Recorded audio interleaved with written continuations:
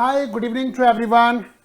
आप सभी का स्वागत है इस सेशन में। मैं हूं रवि बजाज और आज हम करने वाले हैं इस सेशन में कुछ कॉमन एरर्स, बट उससे पहले आपको बताना चाहेंगे this is my name, qualification and experience. आज का सेशन शुरू करने से पहले हम लोग आपको बताना चाहेंगे कि इंग्लिश ग्रामर कॉन्सेप्ट का नया बैच शुरू हो चुका है रात को 9 बजे at any time learning app पर। इसमें हम बिल्कुल बेसिक से इंग्लिश को कवर कर रहे हैं। जो बच्चे स्कूल से आए हैं या कॉलेज कर रहे हैं, बिल्कुल इंग्लिश ग्रामर कॉन्सेप्ट में बिल्कुल बेसिक से लेकर अभी टेंसेस हमने शुरुआत की है इस टॉपिक की।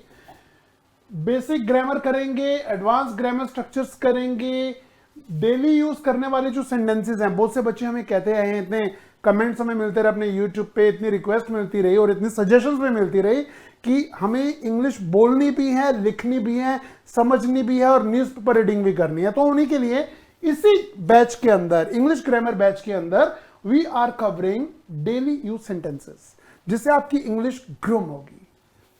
रीडिंग स्किल्स भी पॉलिश करनी है, पैसेज को कैसे पढ़ा जाए, एंड ऐसे writing with tricks, that too with tricks. तो ज्यादा जानकारी के लिए यहां जो फोन नंबर्स दिए गए हैं आप उन पे कॉल कर सकते हैं, हमारे काउंसलर्स आपको असिस्ट करेंगे। और आज का जो टॉपिक है कॉमन एरर्स। अभी आपके सामने मैं कुछ सेंटेंसेस दूंगा आपको 5 सेकंड, ओके, 10 सेकंड्स के अंदर आपको पता लगाना है एक पर्टिकुलर सेंटेंस के अंदर कहीं कोई गड़बड़ है, that is the grammar mistakes you have to find out. वो एरर कहां पर है। हमने इस हर सेंटेंस को 4 या 5 पार्ट्स में डिवाइड किया है, A B C D E. तो जहां आपको दिक्कत लगे आप कमेंट में नंबर लिखेंगे, क्वेश्चन नंबर 1 में दिक्कत कहां है, फर्स्ट 10 सेकंड्स के अंदर। अगर 10 सेकंड से ज्यादा करेंगे तो फिर बेकार हो जाएगा। ओके, हम आपको हर कॉन्सेप्ट को बताएंगे कि गड़बड़ हुई तो क्यों हुई। तो चलिए जी स्टार्ट करते हैं। आज का पहला सेंटेंस ये रहा, इसे ध्यान से पढ़िएगा। Neither Ramesh NOR Suresh has done their work properly. तो आज के जो सेंटेंसेस हैं पहले आपको दे रहे हैं, देख लीजिए आराम से। आ रहा है समझ? Neither Ramesh NOR Suresh has done their work properly. अगर आपको लग रहा है यहां तक कोई एरर है, नीदर रमेश नोर सुरेश, तो ए पार्ट में एरर है, आप ए लिख दीजिए। हैज डन में कोई दिक्कत लग रही है तो आप बी पार्ट कह सकते हैं, इसमें एरर है। देयर वर्क प्रॉपरली में दिक्कत है तो आप कहेंगे जी हमें तो सी पार्ट में दिक्कत लग रही है। और अगर आपको लग रहा है इस सेंटेंस में कोई भी एरर नहीं है, ये तो बिल्कुल सही है जी, कोई स्पॉटलेस है, तो आप नो एरर यानी कि आप डी लिख सकते हैं। Fine, okay. तो ये रहा सेंटेंस नंबर 1। मैं इनके आंसर्स आपको बताने वाला हूं। 10 सेकंड से ज्यादा का समय आपको दे दिया है। देखिए जी, अब कॉन्सेप्ट की बात करते हैं कि पंगा कहां पर है। देखिए पंगा यहां पर है कि गलती जो है नीदर रमेश नोर सुरेश में नहीं है, हैज डन में भी नहीं है, देयर वर्क प्रॉपरली में भी है। आप सोच रहे हैं नहीं है जी, है। देयर नहीं आएगा, क्या आएगा जी? His work properly, his work properly. Why सो?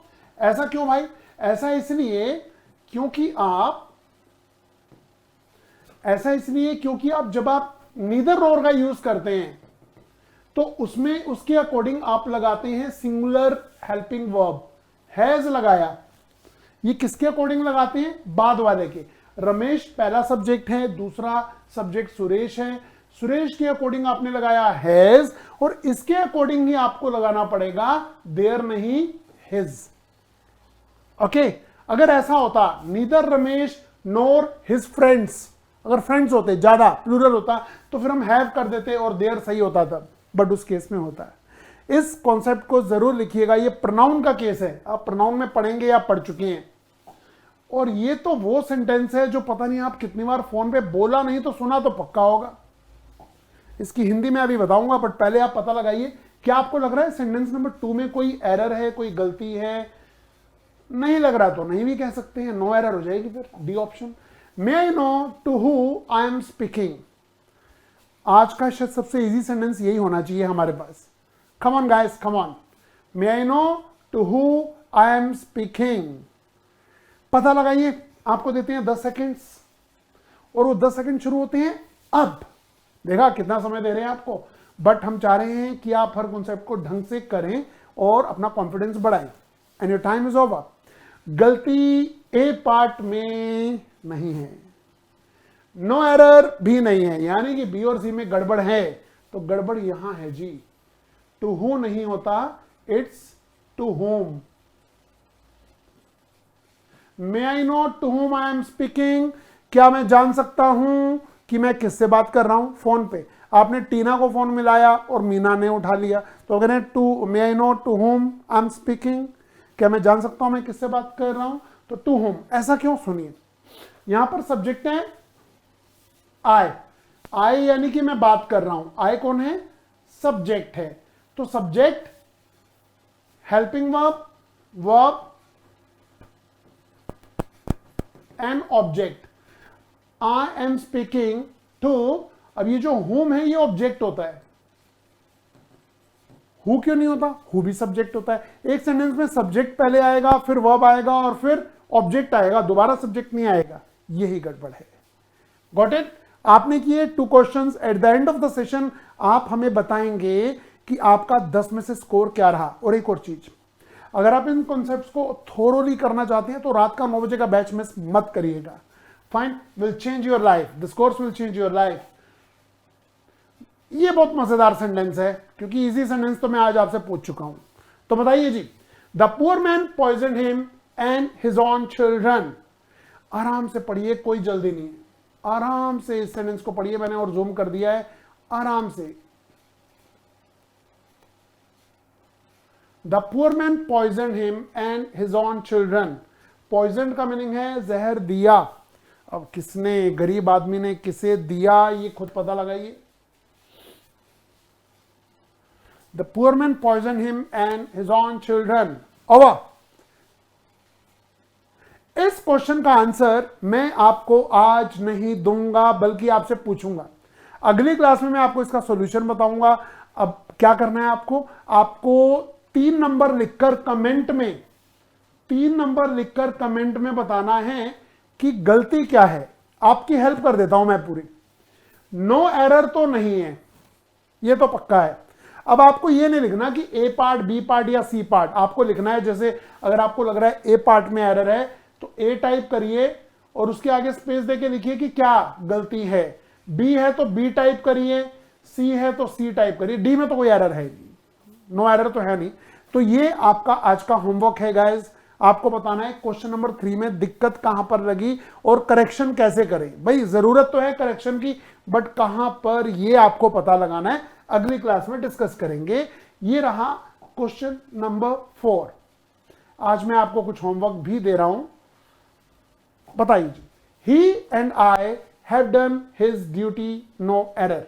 बताइए जी, आपके 10 सेकंड शुरू होते हैं अब। Come on. He and I have done his duty. Actually वो कहना चाह रहा है कि उसने और मैंने अपना काम कर लिया है। तो यहां अपना, ही, आई सही है क्या? हैव सही लगा हुआ है क्या? हिज ड्यूटी सही लगा है क्या? मुझे तो इसमें कोई गलती लगी नहीं रही, मुझे तो नो एरर लग रही है। आप बताइए क्या है, आप बताइए।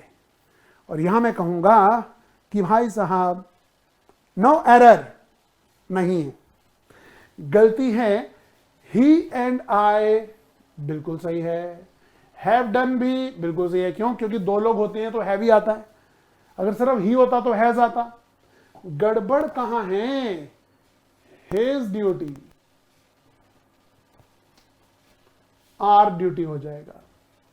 आर ड्यूटी, उसने और मैंने अपना काम कर लिया है। अब देखिए, अगर यहां पर सपोज कीजिए आई ना होता, आई की जगह शी होता, तो फिर हम हिज की जगह देयर यूज करते कि उस लड़के और उस लड़की ने अपना काम कर लिया है। सपोज कीजिए यहां पर यू एंड ही होता, यू एंड ही, तो फिर क्या आता? फिर ये योर आता। बट फिलहाल this is the answer. You have done question 4 and now it's 5th। Question number 5 का करेक्ट आंसर आपको देना है कम ऑन जल्दी। If he came to me I would have given him my car, no error. 5 number में गड़बड़ कहां पर है? ए पार्ट में, बी पार्ट में, सी पार्ट में, या नहीं गलती है तो डी पार्ट में? यहां मैं आपको बता रहा हूं कि इस क्वेश्चन का आंसर होमवर्क है, सिर्फ ये दो होमवर्क है आपके लिए। तो question number 5 is the homework. कहां गड़बड़ है ये आपको मुझे बताना है। 2 क्वेश्चन आपके लिए हैं, कमेंट में बताइए कि इस क्वेश्चन नंबर में 5 नंबर में कहां पर आपको एरर लग रही है। आपकी हेल्प कर देता हूं, नो एरर तो पक्का नहीं है इसमें। ओके, अब ए बी सी में कहां गड़बड़ है ये खुद पता लगाइए, बाकी हम करेंगे सॉल्व। बताइए जी। None of the 2 ministers was available for comments. None of the 2 ministers was available for comments. 6 नंबर का आंसर मैं आपको दूंगा, बट पहले मैं आपको मौका दे रहा हूं। कम ऑन गाइस, पता लगाइए गड़बड़ कहां पर है, सेंटेंस में गड़बड़ कहां पर है। वैसे तो none of the 2 ministers was available for the comments, तो यहां पर मुझे तो नो एरर लग रही है। नो एरर आपको भी लग रही है? बता देते हैं, नो एरर नहीं है। ए बी या सी में एरर है। देखिए एरर क्या, ये कहना चाह रहा है कि दोनों मिनिस्टर्स में से कोई भी नहीं, और जब 2 में से कोई भी नहीं होता तो नन नहीं आता भाई, नीदर आता है।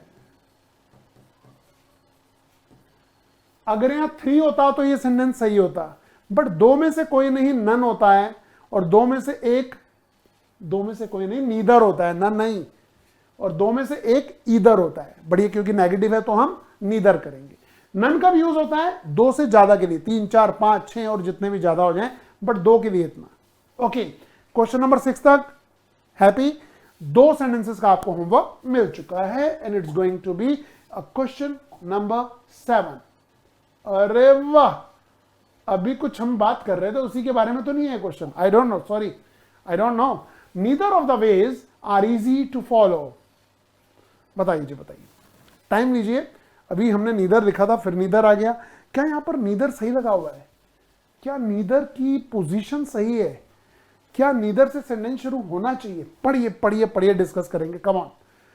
टिंग टिंग टिनिंग,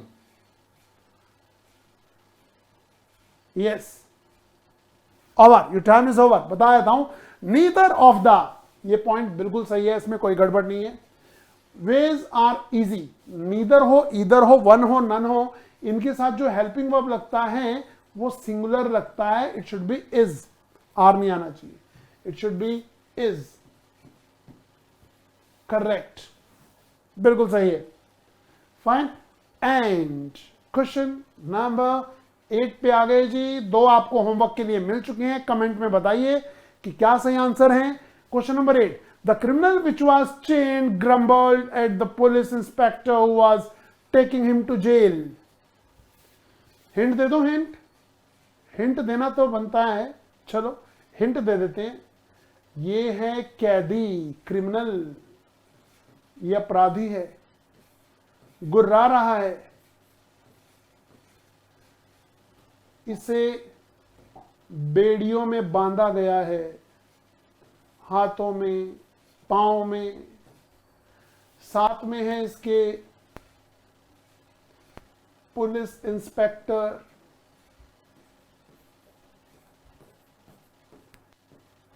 और ये पुलिस इंस्पेक्टर पे गुर्रा रहा है, ग्रम्बल कर रहा है। अब बताइए जी, सब कुछ बता दिया आपको, हिंट तो लाल कलर में छिपा है। Come on. The criminal which was chained grumbled at the police inspector who was taking him to jail. ठिंग ठिंग ठिंग। क्वेश्चन नंबर 8, बहुत easy, and the correct answer is, अब भाई सारे हम होमवर्क के लिए दे नहीं सकते, नहीं तो आप बोलेंगे यार हमें आंसर कैसे बता लेंगे। आंसर तो अगली क्लास में बताने वाला हूं 2 के, बट इसका मैं आपको बताया था। पर्सन के लिए आप विच यूज नहीं कर सकते, आप इसके लिए हु यूज कर सकते हो। तो यही गड़बड़ है। विच तो थिंग्स के लिए होता है, हाँ पर्सन्स के लिए विच तब यूज होता है जब चॉइस की बात हो कि कौन से वाला, है ना। तो यहां पर कहना चाह रहा है जो, द क्रिमिनल जो कि चेन्स में था, मैंने कहा ना रेड कलर के अंदर ही आंसर है। The criminal who was chained grumbled at the police, गुर्राया पुलिस ऑफिसर पे, who was taking him to jail, जो इसे जेल लेके जा रहा था। ओके, चलिए जी क्वेश्चन नंबर 9 पे आ गए हैं। भाई साहब मजेदार है, लोग ऐसी इंग्लिश बोलते हैं, मैं तो नहीं बोलता भैया, लोग बोलते हैं, पता लगाइए क्या ये सही है गलत है, बट कहां। Suppose if you are late you will be in trouble, मानो यदि तुम लेट हो तो तुम मुसीबत में हो जाओगे, ट्रबल में पड़ जाओगे। Suppose if you are late you will be in trouble. 10 seconds मैं काउंट कर रहा हूं जी, and the correct answer is going to be देखिए, सपोज और इफ का मतलब सेम होता है, तो दोनों नहीं लगाने चाहिए। दोनों का मीनिंग है मानो या यदि, कंडीशनल नहीं है। तो या तो सपोज रखो या इफ, तो सपोज को रख लेते हैं, इफ को क्रॉस कर दो, ए पार्ट में एरर है, simple, got it. Suppose you are late you will be in trouble is the correct sentence. या if you are late you will be in trouble, तो दो में से एक लगाना होता है। एग्जामिनेशन पॉइंट ऑफ व्यू से देखें तो पहले वाले को सही मानते हुए दूसरे को क्रॉस कर देते हैं। वैसे आप दोनों में से कोई भी लगा सकते हैं, एरर तो ए पार्ट में ही है ना। Okay, and now is going to be the last question of this session, जिसका आंसर आपको देना है अभी। If we heat dry ice it turns to vapour. Vapour का मीनिंग होता है वाष्पित हो जाना। ठीक है, बताइए जी। शायद 10 सेकंड भी आपके लिए अब ज्यादा है, बट हमने तो दे दिए। If we will heat dry ice it turns to vapour. Correct answer क्या होगा? Got it? जी हां, this is we are talking about conditionals. जब इफ से कोई सेंटेंस शुरू होता है तो उस पार्ट में विल नहीं आना चाहिए, प्रेजेंट डेफिनेट आना चाहिए। कुछ कंडीशनल वर्ड्स हैं जो मैं आपको बता चुका हूं, जैसे कि इफ है, व्हेन है, अनलेस है, अनटिल है, सपोज है ना, प्रोवाइडेड है। प्रोवाइडेड का मीनिंग होता है बशर्ते। बिफोर है, आफ्टर है। इन वर्ड के बाद विल, शैल, वुड नहीं आना चाहिए क्योंकि ये कंडीशनल है। इस केस में हम यहां प्रेजेंट डेफिनेट लगाते हैं। तो if we heat dry ice, अगर वी की जगह ही दिया होता सपोज, तो हम हीट्स कर देते, थर्ड पर्सन सिंगुलर के साथ एसोरियस, प्रेजेंट डेफिनेट। तो आज 10 में से 2 क्वेश्चंस तो मैंने आपको दिए होमवर्क के लिए, और बाकी 8 में से आपने क्या स्कोर लिया ये लिख दीजिए और कमेंट में हमें बताइए उन 2 क्वेश्चंस के आंसर। अगली क्लास में हम करेंगे डिस्कस। अपना कॉन्फिडेंस बढ़ाइए। और मैं फिर बता रहा हूं कि आपका स्कोर जो भी है, अगर आपको थोरोली इंग्लिश को पढ़ना है, ग्रामर को पढ़ना है, वोकेबुलरी को पढ़ना है, रीडिंग स्किल्स पॉलिश करनी है, आपको अपनी कम्युनिकेशन स्किल्स को ग्रूम करना है, अगर आपको पेपर देना है, ऐसे राइटिंग को सीखना है, रीडिंग पैसेजेस करना है, इन सब के लिए हमारा रात का 9 बजे का बैच ज्वाइन कर लीजिए बिना टेंशन के। बहुत मजा आने वाला है। 5 महीने की मेहनत पूरा जन्म रंग लाएगी। ओके, तो आज के लिए इतना ही। एनी टाइम लर्निंग ऐप को डाउनलोड कर लेंगे, इसमें हमारे कोर्सेज चलते रहते हैं।